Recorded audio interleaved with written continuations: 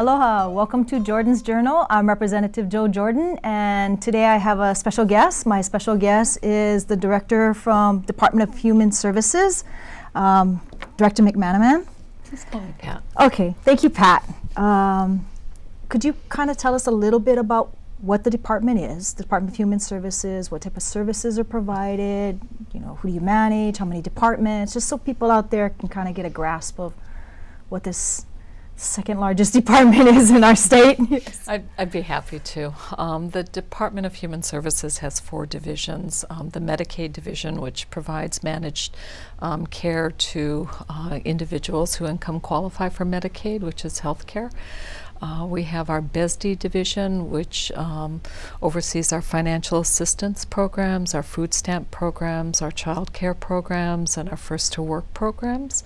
We also have the Division of Vocational Rehabilitation, which provides primarily employment-related services for disabled individuals. They also run the Ho'opono School for the Blind, and we currently have a bill before the legislature also to establish a deaf center to assist the deaf community. Our other division is the Division of Social Services, and that encompasses essentially 2 branches, which is Child Welfare Services for abused and neglected children, and our Adult Community Services branch, of which one of the focuses is Adult Protective Services for vulnerable adults who have been abused or overreached. So those are the primary focuses. And administratively attached to the department is the Office of Youth Service, which coordinates statewide programs for at-risk youth and also runs the Hawaii Youth Correctional Facility. The Hawaii Public Housing Authority is also administratively attached to the Department of Human Services, and which, as you know, provides housing for income qualified residents of Hawaii. And then finally, the Commission on Status of Women is also administratively attached. So collectively, our department has approximately right now about 2,100 employees and a budget which is the largest portion is driven by Medicaid costs, but a budget of approximately this year $2.3 billion. $2.3 billion. Billion. Yes, Yes. right? Yes, it's one of the larger departments within our governmental structure, correct? Correct, yes. Yeah, so it's not something you just take off, bite one time, and try to fix all these little pieces. It's something that you take it strategically, right, and try to... We take it strategically. There's a lot of overlap between the divisions, not only in terms of the families we provide services for, but also that constant theme of how do we improve the safety net out there? What are the services that the community is asking for? What are the services that we can afford? What's needed in the community? And so, you do see themes that ripple through all of the divisions. Yeah. So basically, your department is really tasked with how do we work with families, or how do we work with vulnerable individuals or people who just need hands up, right? Correct. That's pretty much, I hate to say it, but maybe like that's all the feel-good stuff, which at times it's really hard to deal with, right? It is feel-good stuff, but it's also essential services. I always have this deep belief that we need to protect and take care of those who are the most vulnerable in our society. Yeah. And that's part of our mission. Yeah, usually the family that's kind of fallen on hard times, or the child or an adult, and the vulnerable populace, right? Correct. Yeah, so I know we're in the middle of a legislative process right now, and some of the visions for the department, are there certain things that you as a director are looking at for the department on what we want to beef up or help make better? We've got some great bills, I think, this session for the community. One of the bills that we're actively working with the legislature on this session is what we're calling the Voluntary Care to 21 program. Currently, for our children who are in foster care, who age out of the system at 18, there's very few programs and resources. And I'd also just like to note that as these hearings have progressed, that I think the best advocates for these bills are actually our young adults who have aged out of foster care. And they tell some pretty horrific stories about turning 18, finishing high school. One young adult that I talked to was given a garbage bag, told to pack his belongings, and find his own way going forward. So we know statistically that many of our foster youth who age out of foster care are in the streets. Couch surfing, I think, is the expression, but really without a stable roof over their heads. So this particular bill, the Voluntary Care to 21, proposes to extend the foster care room and board payments for youth who either age out at 18 or were adopted after 16 or placed in guardianship proceedings after 16 to age of 21. They would have to meet some conditions, and those are to be eligible, and those conditions are employed 80 hours or more, enrolled in a job training program, community college, the university, or otherwise disabled and unable to engage in work or job training or college. So I'm cautiously optimistic that that this bill has attracted some goodwill, not only among the community but among the legislators, and keeping my fingers crossed that.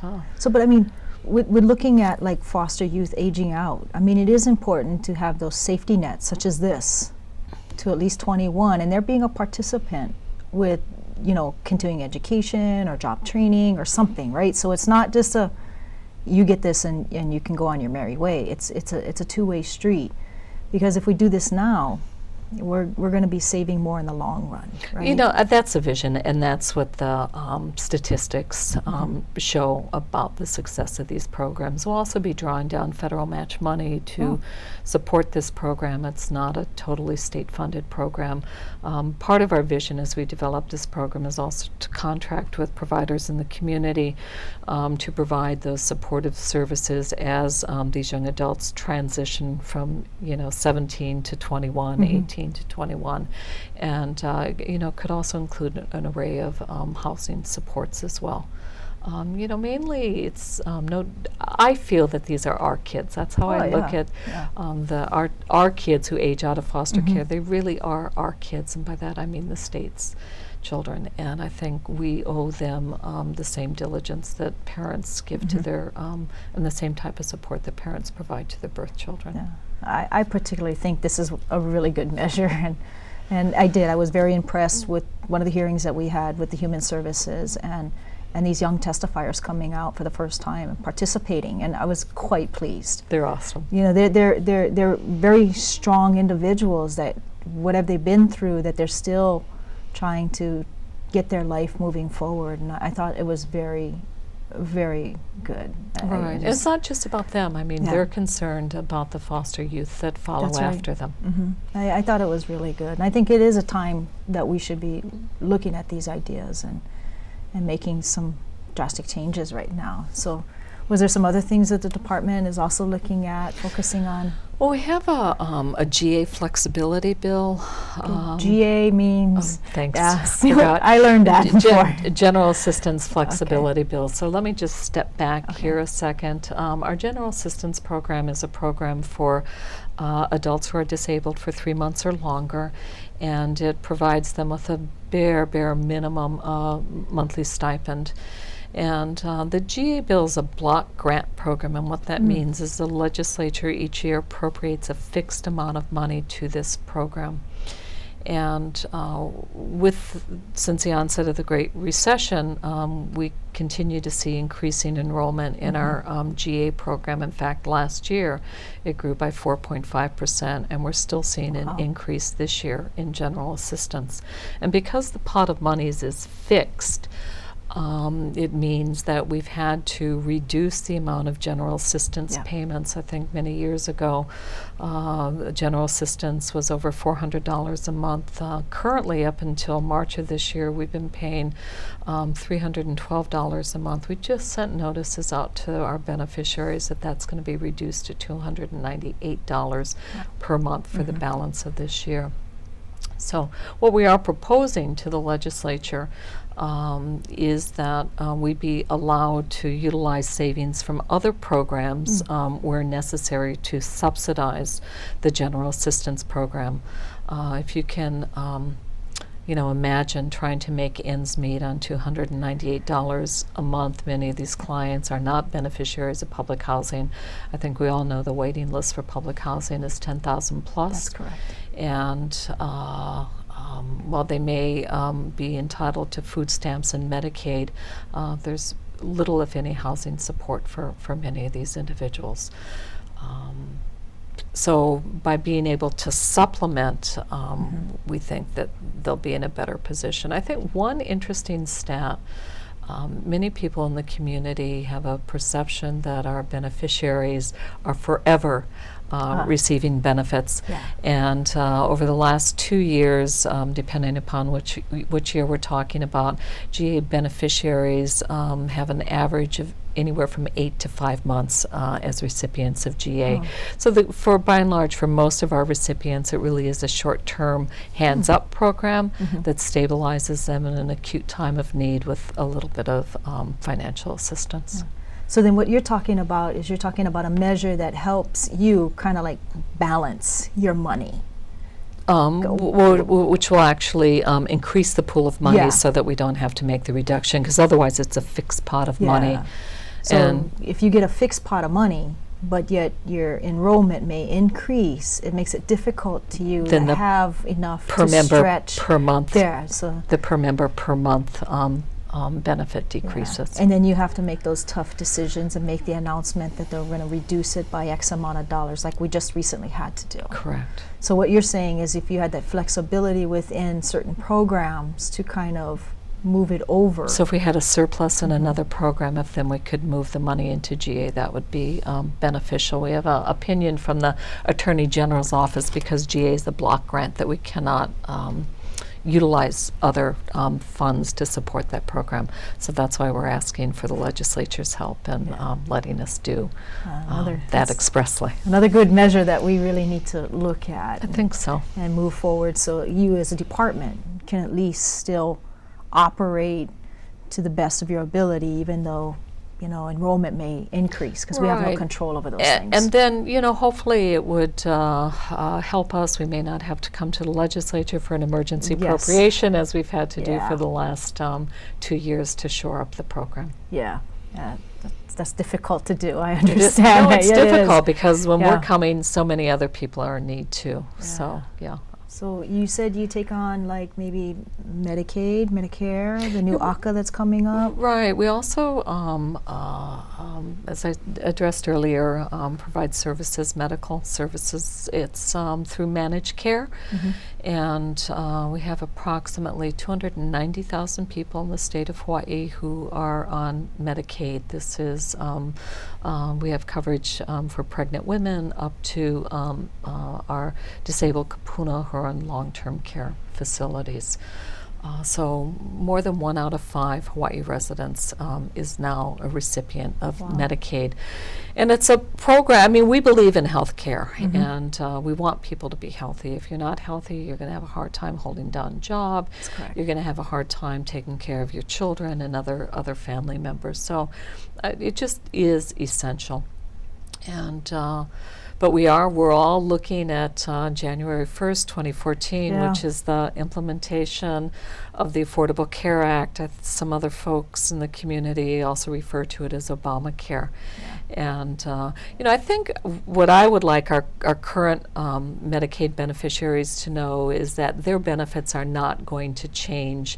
There'll be no reduction in benefits for them, and that pregnant women will continue to receive coverage, or children will continue to receive coverage up to 133% to 300% of poverty, and that ACA really impacts adults from age 18 to 64. If you're over 64, you presumably at 65 have Medicare, and the changes under ACA won't impact you.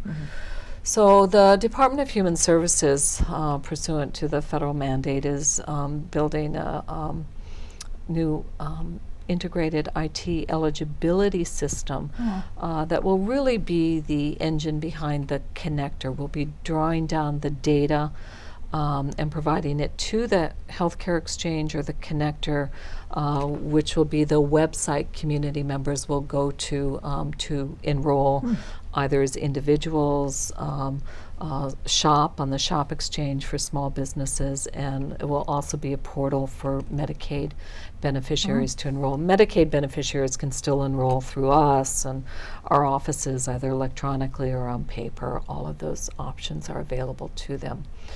But I just want the community just to be alert to that and to reassure current beneficiaries who are adults that they really will not see any change in, dramatically in their benefits.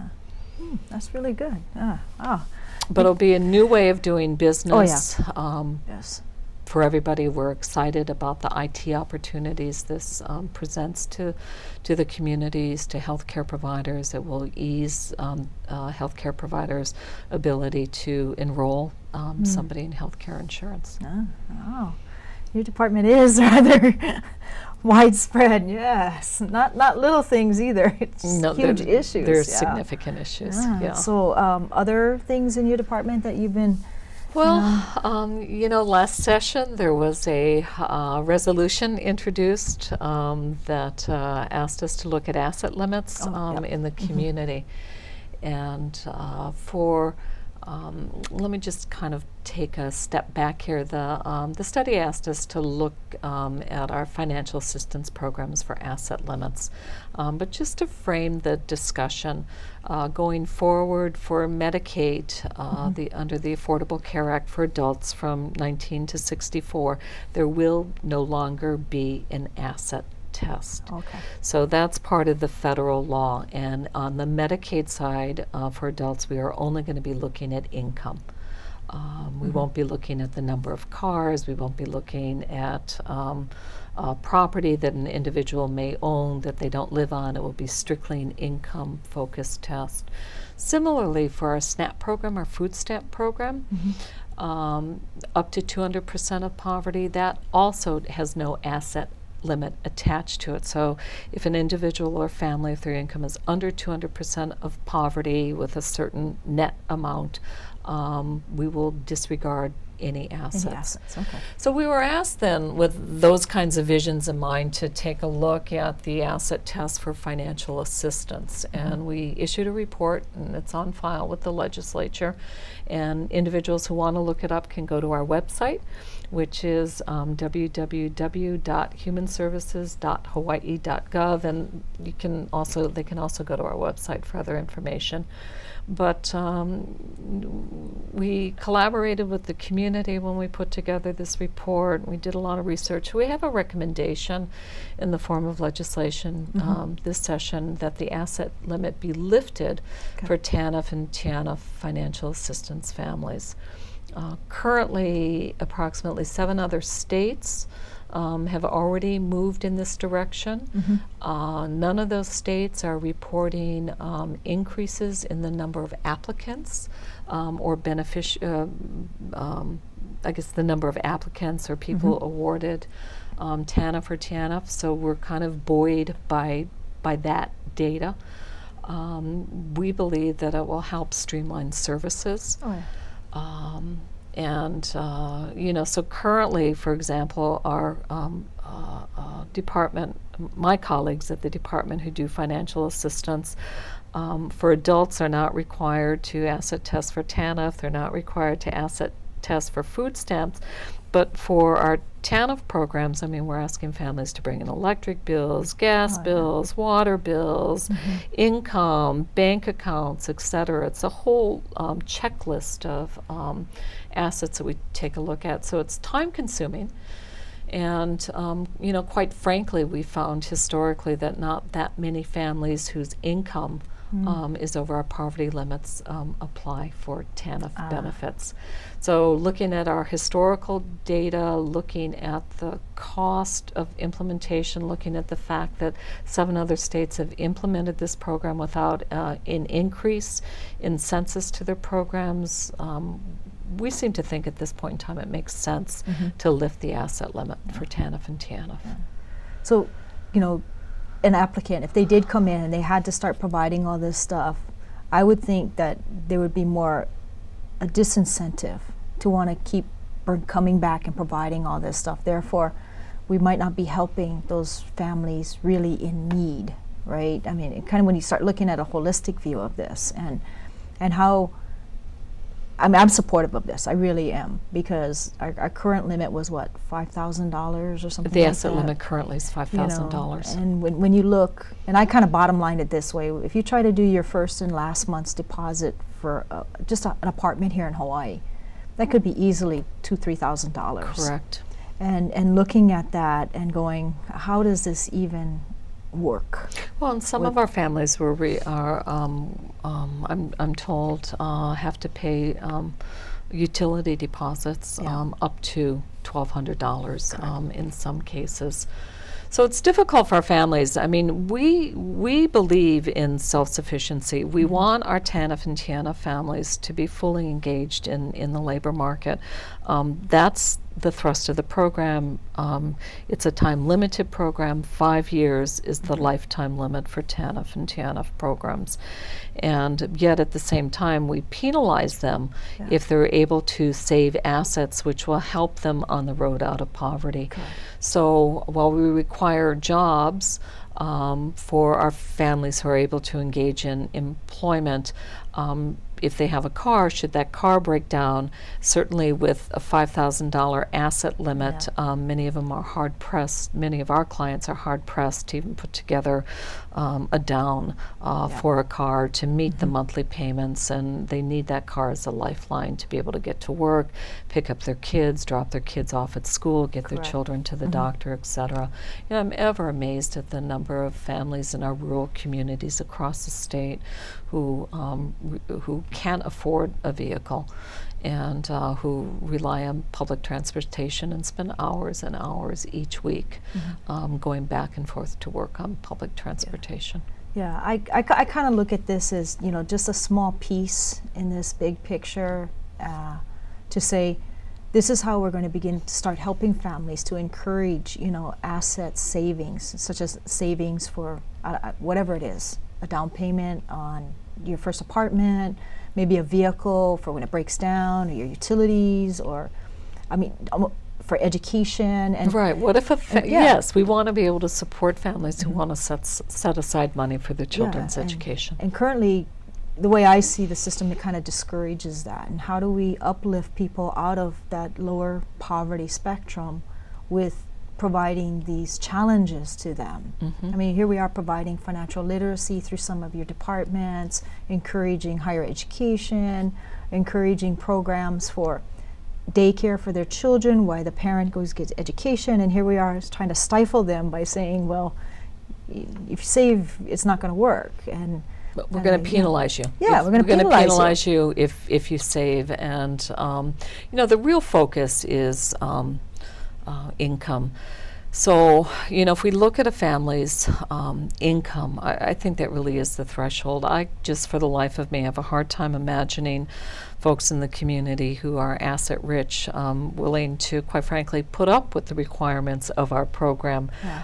Before you're even enrolled in our program, we require you to participate in classes before you even can receive your first TANF or TANF payment. Thereafter, you're required to go through job training or to volunteer in the community at different appropriate work sites unless you're disabled disabled. It's not a program for those who are unwilling to work or commit To their participate time. in some level, right? Correct. Yeah, so it's, Correct. you So know. either you're disabled and unable to work, or you're engaged in work, or actively looking to work, or engaged in one of our volunteer programs. yeah, so again, we're not giving out handouts, we're trying to get hand-ups, and there is a lot of participatory to even be part of these programs. I think the general community kind of sometimes doesn't see that portion of it, yeah,